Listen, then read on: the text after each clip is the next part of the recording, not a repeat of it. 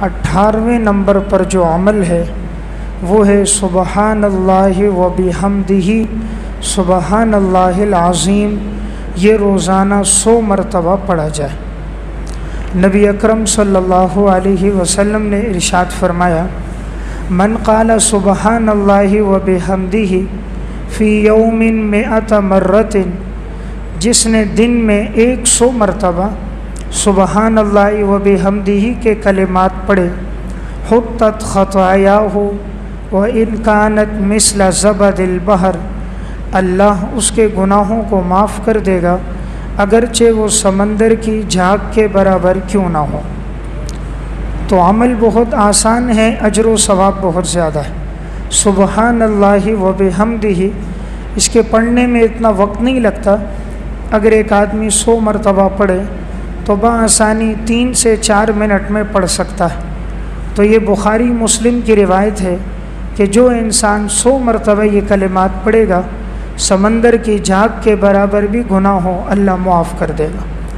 اول تو کسی انسان کے اتنے گناہ نہیں ہوتے کہ وہ سمندر کی جھاگ کے برابر ہوں، لیکن اگر اتنے گناہ بھی ہوں تو تب بھی اللہ ان کلمات کی وجہ سے معاف فرما دیں گے۔ نمبر 19، لا الہ الا اللہ، یہ جو کلمہ ہے اسے دن میں 100 مرتبہ پڑھا جائے۔ نبی اکرم صلی اللہ علیہ وسلم نے ارشاد فرمایا، ذخیرہ حدیث میں یہ واحد حدیث ہے، بخاری مسلم دونوں کی روایت ہے کہ آپ صلی اللہ علیہ وسلم نے اس میں 5 بشارتیں بیان فرمائیں۔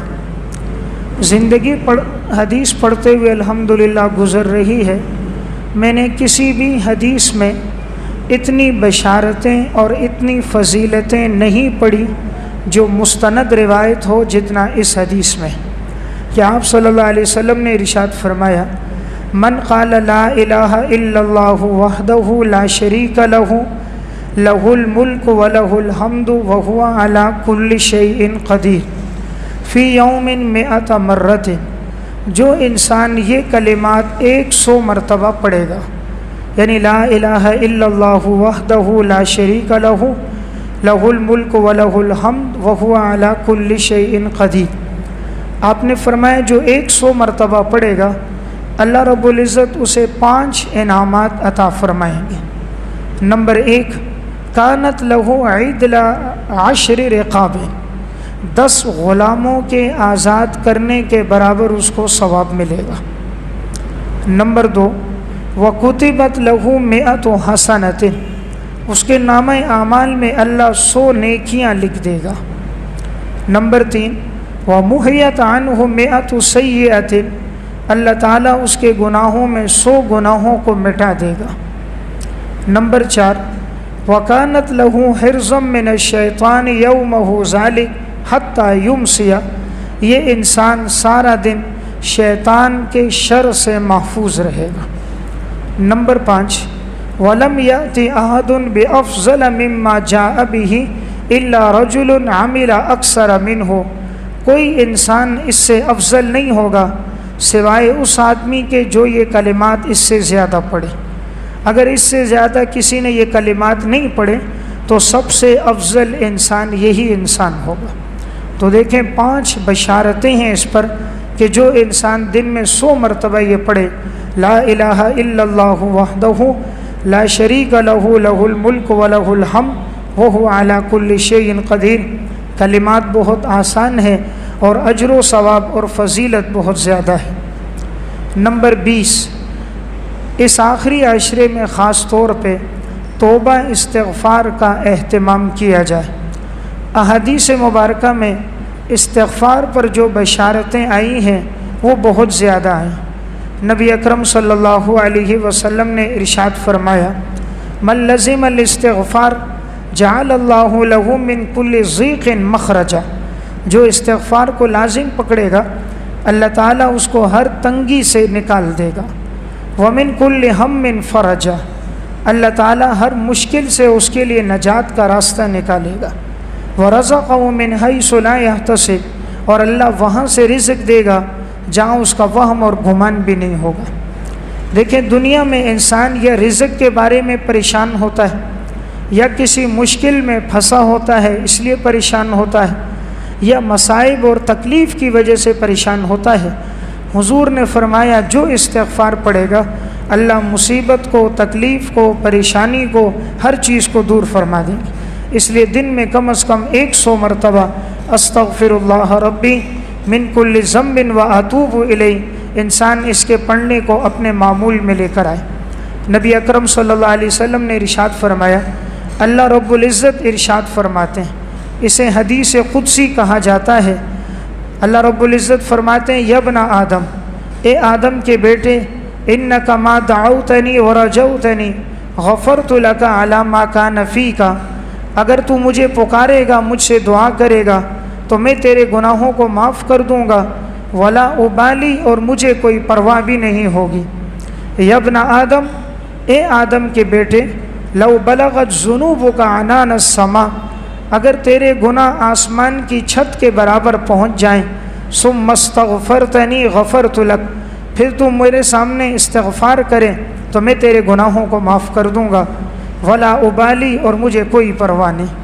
یا ابن آدم، اے آدم کے بیٹے، انک لو لقیتنی بقراب الارض خطایاہ، اگر زمین کے برابر تیری گناہ ہو، ثم لقیتنی لا تشرک بی شیئا، پھر تو مجھ سے اس حال میں ملے کہ تو میرے ساتھ کسی کو شریک نہ ٹھہراتا ہو، لاتیتک بقرابها مغفرۃ، تو زمین کے برابر میرے لیے، میرے ہاں تیرے لیے مغفرت اور بخشش ہوگی۔ تو دیکھیں استغفار پر اللہ رب العزت اس قدر خوش ہوتے ہیں کہ اگر زمین کے برابر کسی کے گناہ ہو، اللہ کے سامنے ندامت کے آنسو بہا دے، فرمایا اللہ تعالیٰ اس کے سارے گناہوں کو معاف کر دیتا ہے۔ آپ صلی اللہ علیہ وسلم نے فرمایا، ان المؤمن یرا ذنوبہ کانہ قاعد تحت جبل، مومن آدمی گناہ کو یوں سمجھتا ہے جیسے پہاڑ کے نیچے بیٹھا ہو، یخاف ان یقع علیہ، اور اسے ڈر ہو یہ کہ یہ پہاڑ اس پر گر پڑے گا۔ وَإِنَّ الْفَاجِرَ يَرَى ذُنُوبَهُ كَالذُّبَابِ مَرًّا عَلَىٰ أَنْفِهِ، فاجر آدمی گناہوں کو یوں سمجھتا ہے جیسے کہ ایک مکھی اس کے ناک پر بیٹھی، فَقَالَ بِهِ هَكَذَا أَيْ بِيَدِهِ فَذَبَّهُ عَنْهُ، اور اس نے ہاتھ سے اشارہ کیا اور وہ مکھی اڑ گئی۔ یعنی فاجر آدمی گناہ ہو اسے کوئی پرواہ نہیں، اور مسلمان آدمی سے گناہ ہو وہ اتنا ڈرتا ہے گویا کہ پہاڑ اس پر گرنے والا ہے۔ تو اس لیے مومن کی نشانی ہے گناہ کے وقت اس کی کیفیت یہ ہوگی کہ وہ اللہ سے خوف زدہ ہوگا۔ اس لیے گناہ کے بہت سے نقصانات ہیں، جب انسان کی زندگی میں گناہ آ جاتا ہے تو اس پر انعامات الہیہ ختم ہو جاتے ہیں، مخلوق کے دلوں سے انسان کی محبت ختم ہو جاتی ہے، ملائکہ کی دعا سے انسان محروم ہو جاتا ہے، دل خوف اور وحشت سے بھر جاتا ہے، اور اس کے دل میں اللہ کی محبت کی کمی آ جاتی ہے، گناہ کی وجہ سے تلاوت کی توفیق نہیں ملتی، انسان سے حیا ختم ہو جاتی ہے، انسان کا رزق کم ہو جاتا ہے، دل میں گھبراہٹ طاری ہو جاتی ہے، اور دل کی بصیرت انسان کی چلی جاتی ہے۔ تو یہ گناہوں کے نقصانات ہیں، جس انسان پر یہ نقصانات آگاہ ہو جائے، وہ واقف ہو جائے، تو وہ گناہوں سے بچنے کا اہتمام کرتا ہے۔ نمبر 21واں عمل جس کا اہتمام ہو وہ ہے کثرت سجود۔ کثرت سجود کا مطلب یہ ہے کہ انسان نوافل زیادہ سے زیادہ پڑھے۔ اللہ کا قرب جو انسان کو ملتا ہے وہ نوافل کی وجہ سے ملتا ہے۔ ایک صحابی حضور کے پاس آئے اور انہوں نے آ کر کہا، یا رسول اللہ، میں چاہتا ہوں کہ جنت میں آپ کا قرب مل جائے۔ آپ صلی اللہ علیہ وسلم نے ارشاد فرمایا، تم کثرت کے ساتھ سجدے کیا کرو، یعنی نوافل کثرت سے پڑھو تو تمہیں اللہ کا قرب ملے گا۔ ایک صحابی ہیں ربیعہ بن کعب، یہ فرماتے ہیں، کنت ابیت مع رسول اللہ صلی اللہ علیہ وسلم، میں نے رات آپ صلی اللہ علیہ وسلم کے پاس گزاری، فأتیتہ بوضوئہ وحاجتہ، میں وضو کا پانی اور حضور کے قضائے حاجت کا پانی لے کر آیا۔ آپ صلی اللہ علیہ وسلم خدمت سے بڑے خوش ہوئے کہ رات کا اندھیرا چھا چکا ہے، تمام لوگ آرام کر رہے ہیں، لیکن یہ میری خاطر جاگا اور وضو کا پانی لے کر آیا۔ آپ نے فرمایا، فقال لی سل، مانگو جو مانگنا ہے مجھ سے مانگو۔ جب انسان کسی کی خدمت کرتا ہے تو اس وقت اس کا دل اس کے لیے دعا کرتا ہے۔ دعا وہ نہیں ہے جو دوسرے سے کہی جائے کہ تم میرے لیے دعا کرو، اصل دعا وہ ہے انسان ایسا عمل کرے، ایسی خدمت کرے کہ دوسرے کا دل اس کے لیے دعا کرے۔ تو آپ صلی اللہ علیہ وسلم نے فرمایا مانگو مجھ سے۔ اس صحابی نے کہا اسألک مرافقتک فی الجنہ، میں چاہتا ہوں جنت میں آپ کی رفاقت نصیب ہو جائے۔ دیکھیں صحابہ جنت چاہتے تھے، ہمارے اور آپ کی طرح کوئی ہوتا وہ کہتا ہے یا رسول اللہ مانگو، اللہ ہمیں سونا دے، چاندی دے، دولت دے، پیسہ دے۔ صحابہ نے کہا یا رسول اللہ ہم چاہتے ہیں دنیا میں آپ کی صحبت ملی، جنت میں بھی اللہ آپ کی صحبت نصیب فرمائے۔ آپ صلی اللہ علیہ وسلم نے فرمایا او غیر ذالک، اس کے علاوہ کوئی اور خواہش ہو تو وہ مانگو۔ صحابی نے کہا قلت ہوا ذاک یا رسول اللہ، میرے دل میں یہی پہلی اور آخری خواہش ہے کہ جنت میں آپ کی رفاقت نصیب ہو۔ آپ نے فرمایا فَأَعِنِّي عَلَى نَفْسِكَ بِكَثْرَةِ السُّجُودِ، پھر تم میری مدد کرو کہ تم کثرت سے سجدے کیا کرو، یعنی کثرت سے نوافل پڑھا کرو، تو انشاءاللہ جنت میں تمہیں میری رفاقت ملی۔ اس لیے انسان نوافل کا اہتمام کرے، جتنا کثرت سے نوافل ہوں گے اللہ رب العزت کا قرب اور آپ صلی اللہ علیہ وسلم کا قرب اسے ملے گا۔ نمبر 22، کثرت کے ساتھ اللہ کا ذکر کیا جائے۔ جتنا ہو سکے انسان ان ایام کے اندر اللہ رب العزت کا ذکر زیادہ سے زیادہ کرے۔ معلوم نہیں زندگی میں یہ موقع انسان کو دوبارہ میسر ہو یا نہ ہو۔ اللہ رب العزت اپنے ذکر سے بہت زیادہ خوش ہوتے ہیں۔ حدیث میں آتا ہے رسول اللہ صلی اللہ علیہ وسلم نے فرمایا لا یقعد قوم یذکرون اللہ، جب کوئی قوم کے لوگ بیٹھ کر اللہ کا ذکر کرتے ہیں الا حفتہم الملائکہ، فرشتے انہیں ڈھانپ لیتے ہیں، وغشیتہم الرحمہ، اللہ کی رحمت انہیں ڈھانپ لیتی ہے، نزلت علیہم السکینہ، اللہ تعالیٰ ان پر اپنی خصوصی رحمت نازل کرتا ہے، وذکرہم اللہ فی من عندہ، اور اللہ اس انسان کا تذکرہ کرتا ہے اس کے پاس جو اللہ کے قریب ہیں، یعنی اللہ فرشتوں کے سامنے اس کا ذکر کرتا ہے۔ اللہ فرشتوں کے سامنے ذکر کرتا ہے کہ میرے فلاں بندے نے مجھے یاد کیا ہے۔ تو یہ بہت بڑے اعزاز کی بات ہے کہ اگر اللہ رب العزت کسی کا تذکرہ کرے، اور وہ بھی انسانوں کے سامنے نہیں بلکہ معصوم فرشتوں کے سامنے۔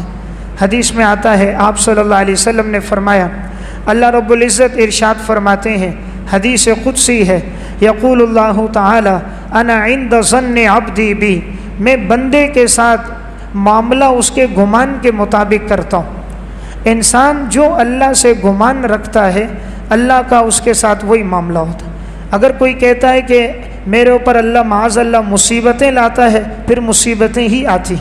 کوئی کہتا ہے میرے اوپر اللہ پریشانیاں تکلیفیں لاتا رہتا ہے، شکوے کرتا ہے، تو پھر اس کے ساتھ وہی معاملہ ہوتا ہے۔ اس لیے انسان اللہ سے جو نیت رکھے گا، جو گمان رکھے گا، اللہ اس کے ساتھ وہی معاملہ عطا فرمائیں گے۔ اللہ رب العزت فرماتے ہیں انا معہ اذا ذکرنی، جب میرا بندہ مجھے یاد کرتا ہے تو میں اپنے بندے کے پاس ہوتا ہوں۔ فَإِن ذَكَرَنِي فِي نَفْسِهِ ذَكَرْتُهُ فِي نَفْسِي، اگر وہ مجھے دل میں یاد کرتا ہے تو میں بھی اس کو اپنے دل میں یاد کرتا ہوں۔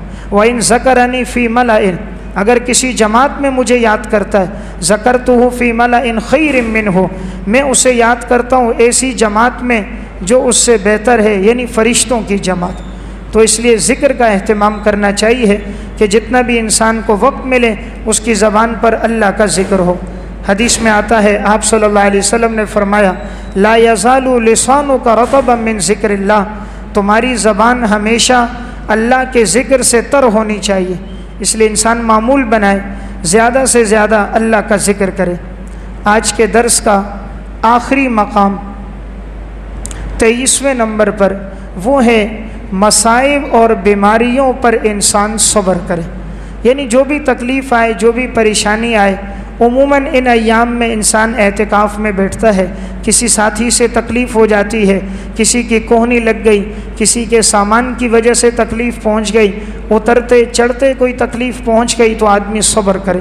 اللہ رب العزت صبر پر کیا عطا فرماتے ہیں؟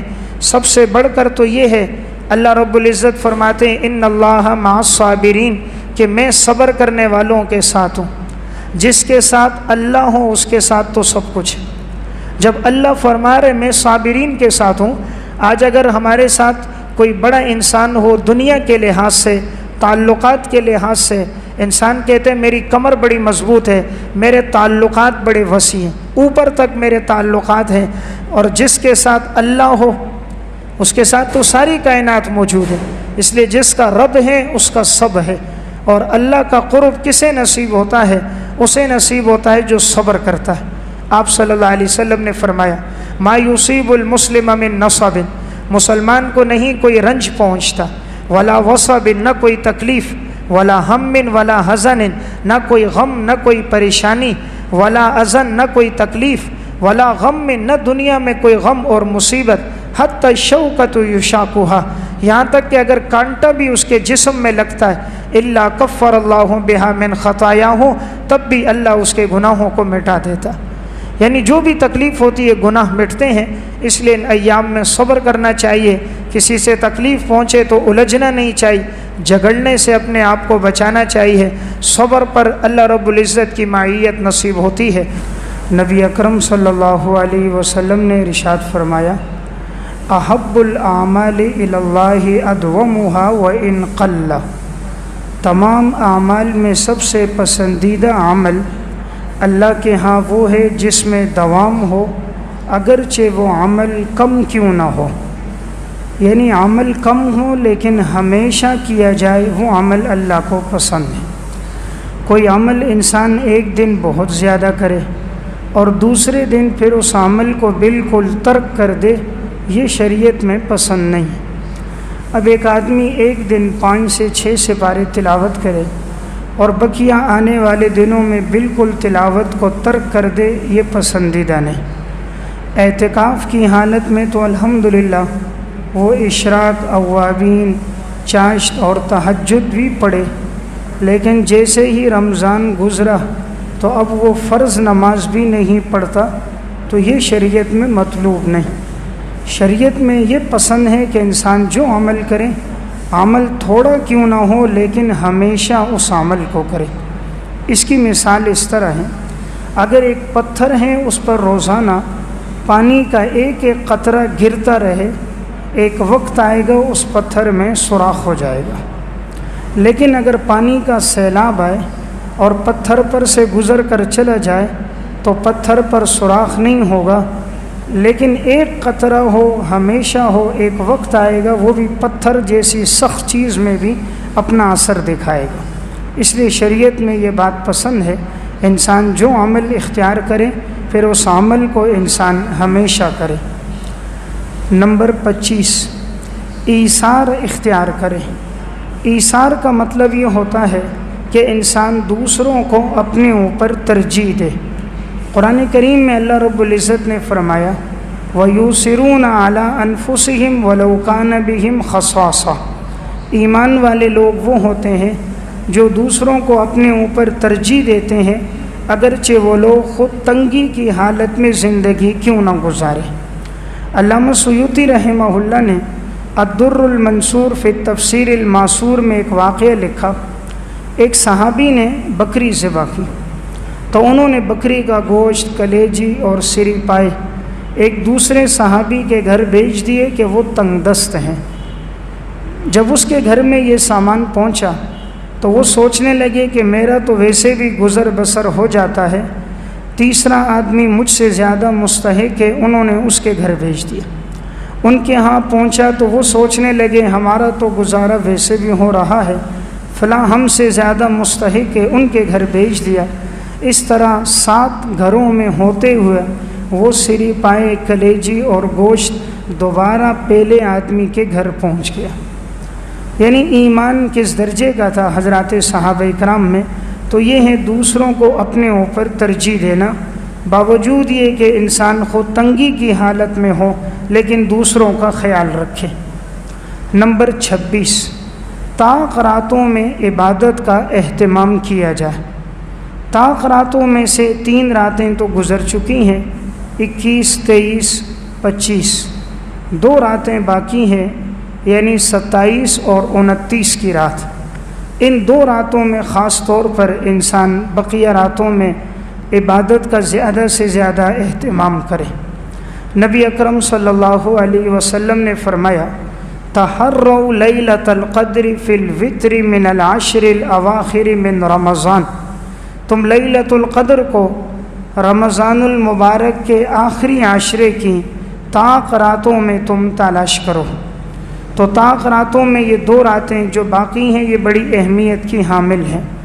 ان میں خاص طور پر 27 کی رات، اکثر اہل علم کی رائے یہ ہے کہ لیلۃ القدر کی رات 27 کی رات ہے، یعنی آنے والے کل کی جو رات ہوگی 27 کی رات، وہ بعض اہل علم اس کو لیلۃ القدر بتلاتے ہیں۔ حضرت عبداللہ ابن عباس نے قرآن کریم میں اس آیت سے استدلال کیا کہ انا انزلناہ فی لیلۃ القدر وما ادراک ما لیلۃ القدر لیلۃ القدر خیر من الف شہر۔ اس صورت میں لفظ لیلۃ القدر 3 مرتبہ آئے، اور لیلۃ القدر کا جو لفظ ہے اس میں کل حروف ہیں 9، لیلۃ القدر میں 9 حروف ہیں، تو یہ 3 مرتبہ یہ جملہ اس صورت میں آیا ہے، تو 9 یا 27۔ اس لیے بعض اہل علم نے یہ استنباط کیا ہے کہ لیلۃ القدر کی رات 27 کی رات ہے۔ حضرت ابی ابن کعب رضی اللہ تعالیٰ عنہ بھی فرمایا کرتے تھے کہ میرے نزدیک لیلۃ القدر 27 کی شب ہوتی۔ بعض روایات میں اس کی علامات بھی منقول ہے کہ لیلۃ القدر کی جو رات ہوتی ہے اس میں اگلے دن جب سورج طلوع ہوتا ہے تو اس کی شعاعیں نہیں ہوتی۔ بعض اہل علم سے یہ بھی منقول ہے، شعب الایمان بیہقی کے اندر بھی ہے، اور حافظ ابن رجب حنبلی رحمۃ اللہ علیہ نے بھی یہ بات نقل فرمائی ہے کہ اس رات کے اندر اللہ رب العزت کھارے پانی کے سمندر کو بھی میٹھا فرما دیتے ہیں۔ اس لیے اہل علم میں سے ایک نے اس رات میں جب غسل کے لیے گئے تو نہایت کھارا سمندر تھا، جب وہ اس میں گئے تو پانی کو میٹھا پایا۔ بعض دیگر لوگوں نے بھی تجربہ کیا تو انہوں نے بھی اس بات کی تصدیق کی۔ تو یہ رات بڑی اہمیت کی حامل ہے، تو انسان جتنا آسانی سے ہو سکے اس رات میں عبادت کرے۔ آپ صلی اللہ علیہ وسلم کو اس رات کا علم دیا گیا تھا، لیکن جب آپ بتانے کے لیے گھر سے باہر نکلے تو مسجد میں 2 صحابہ اکرام آپس میں کسی معاملے میں الجھ گئے تھے، تو ان کے اس الجھنے کی وجہ سے اللہ تعالیٰ نے لیلۃ القدر کی تعیین کا علم آپ سے اٹھا دیا۔ آپ صلی اللہ علیہ وسلم نے فرمایا خرجت لأخبرکم بلیلۃ القدر، میں نکلا تھا کہ تمہیں لیلۃ القدر کے بارے میں بتلاؤں، فتلاہا فلان و فلان، فلاں فلاں آدمی جھگڑ رہے تھے، فرفعت، تو اللہ نے مجھ سے یہ علم اٹھا دیا، وعسیٰ ان یکون خیرا لکم، اور شاید اسی میں تمہارے لیے بہتری ہے، فالتمسوها فی التاسعۃ والسابعۃ والخامسۃ، تم اسے تلاش کرو 29 میں، 27 میں، 25 میں۔ تو آپ صلی اللہ علیہ وسلم سے یہ علم اٹھا دیا گیا، کس وجہ سے کہ 2 صحابہ اکرام آپس میں الجھ گئے۔ اس سے معلوم ہوا کہ جھگڑے میں کتنی نحوست ہے کہ جھگڑے کی وجہ سے اللہ نے لیلۃ القدر کے علم کو اٹھا دیا۔ اور اس میں بہتری یہ ہے، اگر یہ علم امت کو دے دیا جاتا تو لوگ صرف اس ایک رات میں عبادت کرتے ہیں، باقی پورا سال اور خاص طور پہ باقی آخری عشرے میں عبادت نہ کرتے، کہ ہم نے تو ایک رات میں عبادت کی جو 1000 مہینوں سے بہتر ہے، اور 1000 مہینے 83 سال بنتے ہیں، لہٰذا مجھے تو زندگی بھر عبادت کی ضرورت کوئی نہیں۔ اس لیے اس میں حکمت تھی، تو اللہ رب العزت نے اس کی تعیین کا علم اٹھا دیا۔ نمبر 27، افطاری کروانا۔ اللہ تعالیٰ نے کسی کو وسعت دی ہو تو رمضان کے ایام میں انسان دوسروں کو افطاری کروائے۔ حدیث میں اس کی بڑی فضیلت بیان ہوئی ہے۔ جناب رسول اللہ صلی اللہ علیہ وسلم نے ارشاد فرمایا کہ اللہ رب العزت اس انسان پر آسانی اور تخفیف فرماتے ہیں اور اسے اتنا ہی اجر عطا فرماتے ہیں کہ جو دوسرے کو افطاری کرائے۔ من فطر صائما او جہز غازیا فلہ مثل اجرہ، جس نے کسی روزے دار کو افطاری کروائی، کسی مجاہد کو سامان جہاد فراہم کیا، اسے اتنا ہی اجر ملے گا جتنا کہ روزہ رکھنے والے کو اور جہاد کرنے والے کو اجر ملتا ہے۔ تو اس سے معلوم ہوتا ہے افطاری کروانا بڑی فضیلت کا عمل ہے۔ تو اللہ تعالیٰ نے کسی کو وسعت دی ہو تو انسان اپنی وسعت کے مطابق دوسروں کو افطاری کروائے۔ آپ صلی اللہ علیہ وسلم نے ارشاد فرمایا یعطی اللہ ھذا الثواب من فطر صائما علی مذقۃ لبن، اللہ رب العزت یہ ثواب عطا فرماتا ہے جو کسی کو افطاری کروائے، چاہے وہ دودھ کا ایک گھونٹ ہو، او تمرۃ کھجور کا ایک دانہ ہو، او شربۃ من ماء یا پانی کا ایک گھونٹ ہو۔ آپ نے فرمایا جس نے پانی کا ایک گھونٹ بھی کسی کو پلایا، ایک کھجور کھلائی، دودھ کا ایک گھونٹ پلایا، اللہ اسے بھی اتنا ثواب دے گا جتنا روزے دار کا ثواب ہے۔ رسول اللہ صلی اللہ علیہ وسلم نے فرمایا ومن اشبع صائما، جس نے روزے دار کو پیٹ بھر کے کھانا کھلایا، سقاہ اللہ من حوضی، اللہ اس کو میرے حوض کوثر سے پانی پلائے گا، اور ایسا پلائے گا کہ لا یظمأ حتی یدخل الجنہ، وہ پیاسا نہیں ہوگا یہاں تک کہ جنت میں داخل ہو جائے۔ تو بڑی فضیلت کا عمل ہے افطاری کروانا۔ اس کے لیے ضروری نہیں ہے کہ انسان بہت زیادہ اکرام کرے، بلکہ اللہ نے جتنی وسعت دی ہو انسان اپنی وسعت کے مطابق کرے، اور اگر ممکن ہو تو انسان افطاری کے وقت میں فروٹ کاٹنے کے بعد اپنے رشتہ داروں میں، اپنے عزیز و اقارب میں، پڑوسیوں میں جو مستحق ہو انسان ان کے گھر میں بھی بھیج دے۔ اگر ان میں سے کوئی بھی اس فروٹ سے افطاری کرے گا تو انشاءاللہ ہمیں بھی پورا وہ اجر و ثواب ملے گا۔ عموماً دیکھنے میں یہ آتا ہے فروٹ ضائع تو ہو جاتا ہے، افطاری کا سامان آدھے سے زیادہ ضائع ہوتا ہے، لیکن انسان آنکھوں کے اعتبار سے چونکہ سیر نہیں ہوتا، وہ کسی اور کو دینا مناسب نہیں سمجھتا، کچرے میں پھینک دیتا ہے، استعمال میں نہیں آتا لیکن کسی مستحق تک نہیں پہنچتا۔ تو اللہ تعالیٰ نے وسعت دی ہو تو انسان اس کا خاص طور پہ اہتمام کرے، کوئی اگر مستحق ہے تو ان کے گھر میں افطاری کا سامان بھیجے۔ نمبر 28، افطاری کے وقت دعا کا اہتمام کیا جائے۔ افطاری کے وقت دعا کا اہتمام کیا جائے۔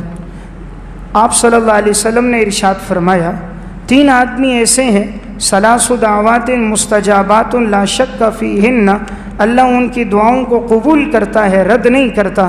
ان میں سے ایک آدمی دعوت المظلوم، مظلوم کی دعا ہے، ایک دعوت المسافر، مسافر کی دعا ہے، اور ایک روایت میں دعوت الصائم، روزے دار کی دعا ہے۔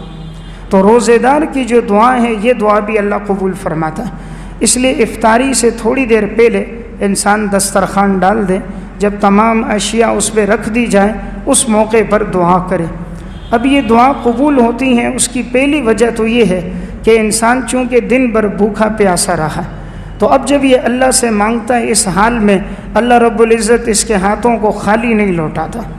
دوسری وجہ یہ ہے کہ مغرب کا وقت چونکہ غروب آفتاب کا وقت ہے تو یہ قبولیت کا وقت ہے، تو اس وقت جو دعا ہوتی ہے اللہ اس وجہ سے بھی قبول فرماتا ہے۔ اور تیسری وجہ یہ بھی ہے، آپ صلی اللہ علیہ وسلم نے فرمایا للصائم فرحتان، فرحۃ عند فطرہ و فرحۃ عند لقاء ربہ، روزے دار آدمی 2 وقت بڑا خوش ہوگا۔ ایک تو قیامت کے دن خوش ہوگا جب اللہ اس کو اس کے روزے پر اجر دے گا، اور ایک یہ اس وقت خوش ہوتا ہے جب یہ افطاری کرتا ہے۔ اس لیے افطاری کرنے کے بعد انسان کو بڑی خوشی ملتی ہے، جسم میں نئی تازگی آتی ہے۔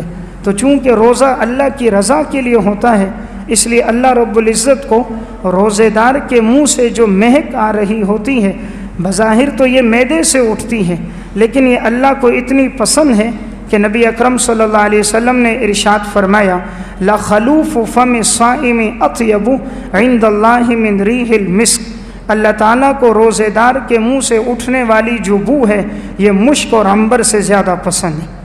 مشک اور عنبر سے زیادہ پسند روزے دار کے معدے سے اٹھنے والی بو ہے۔ اس لیے افطاری کے وقت دعا کا اہتمام کرنا چاہیے۔ بڑے افسوس کی بات ہے، افطاری کا وقت ہوتا ہے، ہمارے گھروں میں ٹیلی ویژن چل رہا ہوتا ہے، کیبل اور انٹرنیٹ چل رہا ہوتا ہے، ہمیں دعا کرنے کا موقع ہی نہیں ملتا، اور ہم یہ اپنے قیمتی لمحات ضائع کر دیتے ہیں۔ بعض لوگ یہ بہانہ کرتے ہیں جی چونکہ ٹیلی ویژن میں اذان کی آواز آتی ہے تو ہمیں افطاری کا پتہ چلتا ہے، اس لیے ہم ٹیلی ویژن لگاتے ہیں۔ اول تو الحمدللہ مسجدوں میں افطاری کے وقت جو اذان ہوتی ہے وہ وقت مقرر پر ہوتی ہے، ہر مسجد کا مؤذن اس کا بڑا اہتمام کرتا ہے، تو ہمیں ضرورت نہیں ہے کسی اور چیز کی۔ نمبر 2، اس وقت کیلنڈر موجود ہیں، ہر کیلنڈر کے اندر کس دن روزہ کس وقت افطاری ہوگی، اس میں وقت بھی لکھا ہے، منٹ بھی لکھا ہوا ہے، تو انسان کے پاس وہ موجود ہے تو اسے کسی اور چیز کی حاجت نہیں۔ نمبر 3، اس وقت گھڑی کا نظام موجود ہے، ہر آدمی کے پاس گھڑی ہے، اسے معلوم ہے 7:05 پہ روزہ کھلنا ہے، تو لہٰذا یہ قیمتی وقت انسان ٹیلی ویژن میں، موبائل میں، انٹرنیٹ اور کیبل میں ضائع نہ کرے۔ سارا دن اس نے بھوک پیاس برداشت کی ہیں، تو یہ آخری لمحات انسان اللہ سے مانگے۔ اس وقت جو بھی دعا ہو اللہ رب العزت دعا کو قبول فرماتے ہیں۔ اکثر لوگ یہ شکوہ کرتے ہیں دعائیں قبول نہیں ہوتی۔ دعائیں قبول تب ہوں گی جب 3 شرائط ہوں گی۔ نمبر 1، سب سے پہلی چیز رزق حلال کا ہو۔ اگر رزق حرام کا ہوگا تو دعائیں قبول نہیں ہوں گی۔ حدیث میں آتا ہے رسول اللہ صلی اللہ علیہ وسلم نے فرمایا میری امت پہ ایک وقت آئے گا یہ لوگ دعائیں کریں گے دعائیں قبول نہیں ہوں گی۔ صحابہ اکرام نے پوچھا کیوں یا رسول اللہ؟ آپ نے فرمایا ملبسہ حرام ومشربہ حرام ومطعمہ حرام فأین یستجاب لذلک۔ ان کا کھانا بھی حرام کا ہوگا، ان کا پینا بھی حرام کا ہوگا، ان کا لباس بھی حرام کا ہوگا، تو اللہ ان کی دعائیں قبول نہیں کرے گا۔ اس لیے پہلی شرط ہم یہ رکھیں کہ ہم لقمہ حلال کریں۔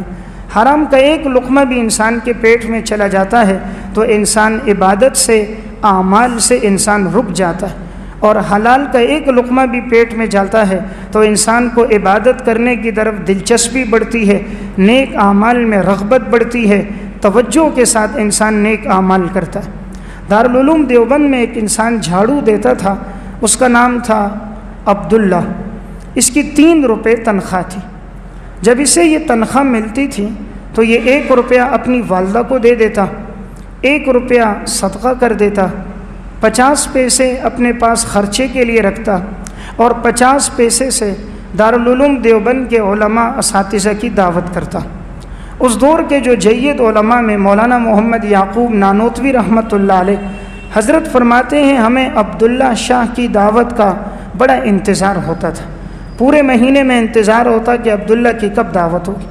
حالانکہ اس 50 پیسے کی دعوت میں ہمیں مشکل سے 1 لقمہ کھانے کا ملتا تھا، لیکن ہم انتظار اس لیے کرتے تھے کہ یہ ان کا پیسہ خالص حلال کا ہوتا تھا، اور جب ہم 1 لقمہ کھاتے تھے تو 40 دن ہم اپنے دل میں نورانیت محسوس کرتے تھے۔ 40 دن تک ہمیں نیک اعمال کرنے کی طرف ہمیں رغبت ہوتی تھی، نماز میں، عبادت میں ہمارا دل لگتا تھا، ہماری رگوں میں خون دوڑتا تھا، ذکر کی طرف ہماری توجہ بڑھتی تھی۔ اس لیے ہم انتظار کرتے تھے عبداللہ شاہ کی دعوت میں 1 لقمہ ہمیں کھانے میں مل جائے۔ یہ دیوبند میں جھاڑو دینے والا ہے لیکن خالص حلال کا رزق تھا، اس لیے دیوبند کے بڑے بڑے علماء بھی اس کی دعوت کا انتظار کرتے تھے۔ اس لیے میں نے ایک گزارش عرض کی، اگر ہم چاہیں ہماری دعائیں قبول ہوں ہمیں رزق حلال کا اہتمام کرنا چاہیے، ہمیں حرام سے اپنے آپ کو بچانا چاہیے۔ سلف میں ایسے لوگ گزرے اگر 1 لقمہ مشتبہ ان کے پیٹ میں چلا جاتا تو انہیں قے ہو جاتی تھی، انہیں الٹی ہو جاتی تھی، فوراً وہ لقمہ باہر قے کر دیتے۔ ان کا معدہ بتا دیتا تھا کہ یہ لقمہ حرام کا ہے، معدہ اس کو ہضم نہیں کرتا تھا۔ چونکہ ہم حرام کھا کھا کے عادی ہو گئے، ہمارے دلوں پہ زنگ لگ گئے، اس لیے ہمیں حلال اور حرام کی تمیز کوئی نہیں۔ ورنہ جس انسان کی زندگی حلال میں گزرتی ہے، حرام کا لقمہ ہو تو فوراً ہی اس کا دل بیدار ہو جاتا ہے، نفس متوجہ ہو جاتا ہے، کھانے سے اس کی توجہ ہٹ جاتی ہے، اس کی رغبت کم ہو جاتی ہے۔ اس لیے پہلی بات میں نے عرض کی رزق حلال۔ نمبر 2، چاہے ہم دعائیں قبول ہوں جب بھی ہم دعا کریں تو اس یقین کے ساتھ دعا کریں کہ انشاءاللہ اللہ ہماری دعا قبول کرے گا۔ آپ صلی اللہ علیہ وسلم نے ارشاد فرمایا اللہ رب العزت غافل انسان کی دعا قبول نہیں کرتا۔ جس انسان کا دل اللہ کی طرف متوجہ نہ ہو، غفلت کے ساتھ دعا کرے تو قبول نہیں ہوتی۔ عموماً ہمارے ہاتھ تو اٹھتے ہیں لیکن ہمارا دل و دماغ اللہ کی طرف متوجہ نہیں ہوتا۔ ہم نے جو دعا کے کلمات ہیں، جس طرح کوئی رٹ لیتا ہے، وہ رٹے ہوئے کلمات تو ہم پڑھتے ہیں لیکن دل سے ادا نہیں ہوتے۔ جب بھی دعا کا کلمہ دل سے ادا ہوگا تو اللہ کے ہاں وہ فوراً قبول ہوگا۔ تو دوسری شرط کلمات دل سے ادا کیے جائیں۔ نمبر 3، تیسری شرط یہ کہ انسان یہ یقین رکھے کہ اللہ میری دعا کو ضرور قبول کرے گا۔ اور اللہ مسلمان کی دعا ضرور قبول کرتا ہے، البتہ قبولیت کی 3 صورتیں ہیں۔ یا تو اللہ وہی چیز عطا فرما دیتا ہے، یا نمبر 2 آنے والی مصیبت کو اللہ ٹال دیتا ہے، یا نمبر 3 اللہ اس کو قیامت کے دن کے لیے ذخیرہ کر دیتا ہے۔ اس لیے حدیث میں آتا ہے جب قیامت کے دن انسان کو بہت زیادہ اجر و ثواب ملے گا، وہ پوچھے گا یا اللہ یہ مجھے کن نیک اعمال کا اتنا بدلہ ملا؟ اللہ فرمائیں گے جو تو نے دعائیں کی تھیں اور ہم نے قبول نہیں کی، اس میں تیرے لیے حکمت تھی، ان دعاؤں کا بدلہ ہم تجھے یہ دے رہے ہیں۔ اس وقت انسان کہے گا کاش دنیا میں میری کوئی دعا قبول نہ ہوتی اور ہر دعا کا بدلہ اللہ مجھے آخرت میں عطا کرتا۔ اس لیے اللہ ہر انسان کی دعا قبول کرتا ہے، لیکن قبولیت کے طریقے الگ الگ ہوتے ہیں۔ دنیا میں اگر کوئی انسان یہ چاہے کہ میرے حق میں لوگ زیادہ دعائیں کریں اور دعائیں قبول ہوں، تو انسان خدمت کو اپنی زندگی میں لے کر آئے۔ جو انسان انسانیت کی خدمت کرتا ہے تو اس کے لیے ہر انسان دعا گو ہوتا ہے، اور وہ جو دعائیں نکلتی ہیں وہ دل سے ہوتی ہیں، اور وہ دعائیں فوراً اللہ کے ہاں قبول ہوتی ہیں۔ حضرت مفتی اعظم پاکستان مفتی شفیع صاحب رحمۃ اللہ علیہ، انہوں نے اپنا ایک واقعہ سنایا۔ ان کے صاحبزادے حضرت مفتی رفیع عثمانی صاحب دامت برکاتہم نے اسے نقل کیا۔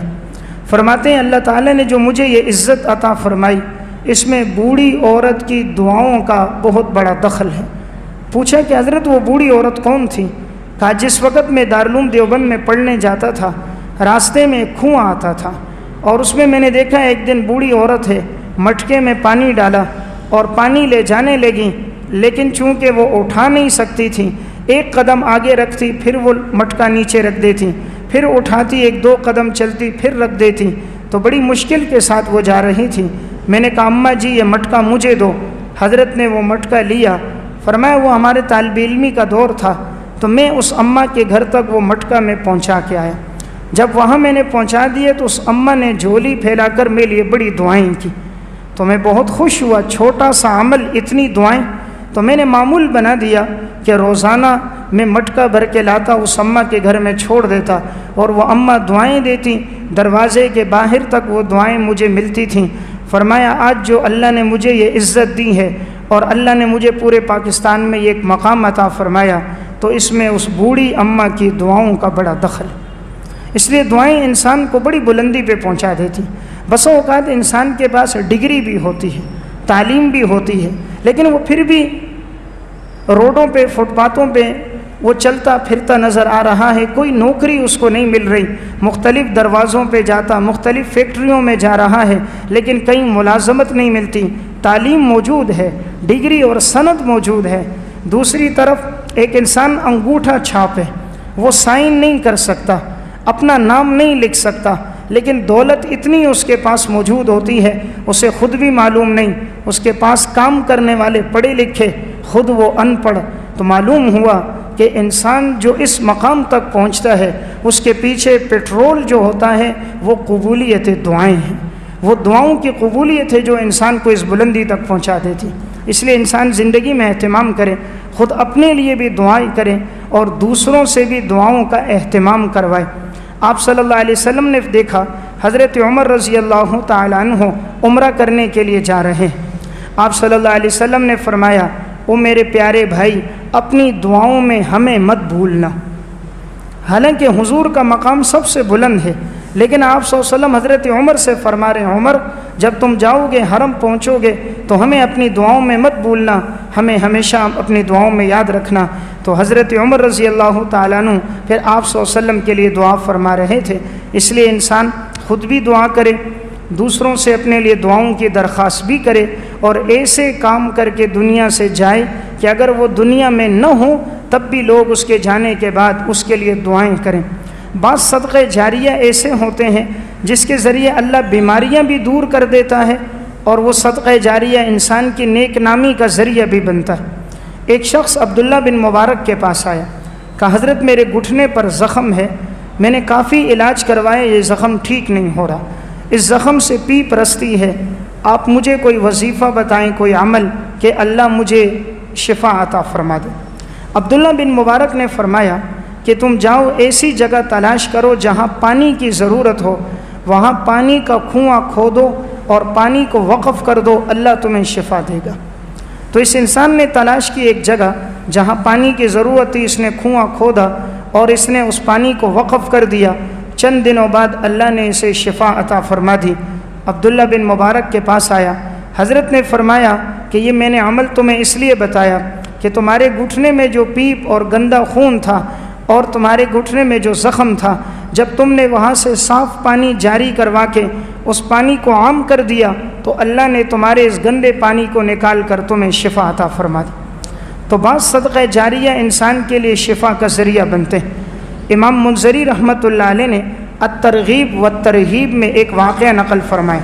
ایک بہت بڑے محدث گزرے ہیں، ابو عبداللہ حاکم رحمۃ اللہ علیہ، اپنے دور کے بڑے جید عالم تھے، لیکن ان کے چہرے پر زخم ہو گیا تھا اور اس زخم سے خون ہمیشہ بہتا تھا۔ ان کا چہرہ زخمی تھا، بڑی تکلیف کی حالت تھی، وضو کرنا غسل کرنا ان کے لیے بڑا مشکل تھا۔ تو اس دور کے اندر ایک بہت بڑے اللہ والے انسان تھے، ابو عثمان صابونی رحمۃ اللہ علیہ۔ ان کی مجلس ہفتے میں ایک دن لگتی تھی، لوگ دور دراز سے ان کی مجلس میں شریک ہوتے تھے۔ انہوں نے ایک کاغذ پر ایک پیغام لکھا، ان سے کہا کہ حضرت آپ کی مجلس میں بڑے اللہ والے لوگ شریک ہوتے ہیں، آپ مجلس کے آخر میں میرے لیے دعا کرو، اللہ میرے اس زخم کو ٹھیک کر دے، میرے لیے بڑی پریشانی کا ذریعہ۔ حضرت نے مجلس کے آخر میں دعا کی کہ سب دعا کرو اللہ تعالیٰ اس محدث کو شفا عطا فرمائے۔ اس مجلس میں مرد بھی شریک ہوتے تھے، خواتین بھی شریک ہوتی تھیں۔ مجلس ختم ہو گئی۔ ختم ہونے کے بعد جب اگلی دفعہ یہ مجلس لگی تو ایک خاتون نے ایک پرچی لکھی، اس پرچی پر اس نے یہ بات لکھی کہ پچھلی مجلس میں جو دعا کروائی گئی تھی میں بھی اس دعا میں شریک تھی۔ جب میں گھر لوٹی اور مجھے پتہ چلا کہ وہ محدث بیماری میں ہے تو میں نے خاص طور پہ اس کے لیے تہجد میں دعا کی کہ اے اللہ تو اس محدث کو شفا عطا فرما۔ فرماتی میں وضو کی حالت میں سو گئی تو خواب میں مجھے نبی اکرم صلی اللہ علیہ وسلم کی زیارت ہوئی۔ آپ صلی اللہ علیہ وسلم نے فرمایا کہ تم جا کر ان کو یہ اطلاع دے دو کہ وہ ایک پانی کا کنواں جاری کریں اور اس پانی کو مسلمانوں کے لیے وقف کر دیں، اللہ انہیں شفا عطا فرما دے گا۔ یہ خاتون نے یہ پیغام لکھا اور جس مجلس میں جاتی تھی صدر مجلس کو دیا۔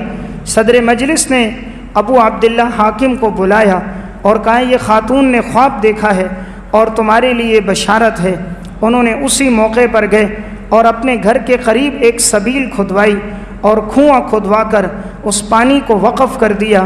پانی کا وقف کرنا جیسے شروع ہوا، ایک دن گزرا، دوسرے دن اللہ نے اسے شفا عطا فرمائی۔ تو انہوں نے پھر یہ اپنی نسلوں میں حکم جاری کر دیا کہ یہ پانی کی تقسیم ہمیشہ جاری رکھنا اور کبھی بھی اس پانی کو ختم نہ کرنا۔ پانی نہ ملے خرید کے لوگوں میں اس وقف کرنا، لیکن اس پانی کی ترسیل کو روکنا نہیں۔ تو انسان کو چاہیے اگر اللہ نے اسے وسعت دی ہو تو پانی کے معاملے میں بھی کوئی مستحق کبھی آئے تو انسان اسے پانی پلائے، پانی پینے کے لیے مانگے، استعمال کے لیے مانگے، دوسروں کو انسان ترجیح دے اور ایسی جگہیں تلاش کی جائیں جہاں پانی کی ضرورت ہو، وہاں کنواں کھود کر اس پانی کو وقف کیا جائے، یا کہیں پانی کھارا ہے انسان اس پانی کو میٹھا کر کے ایک ایسا واٹر پلانٹ لگا دے جس کے ساتھ غریبوں میں یہ پانی تقسیم ہو اور انہیں میٹھا پانی موجود آسانی سے میسر ہو۔ جیسے ہمارے اس علاقے میں بھی ضرورت ہے کہ سب کو پانی وافر مقدار میں ملے اور وہ پانی فلٹر شدہ ہو، تو اگر کوئی ساتھی فلٹر پلانٹ لگا کر اس پانی کو مفت تقسیم کرے تو یہ ایک بہترین صدقہ جاریہ ہے۔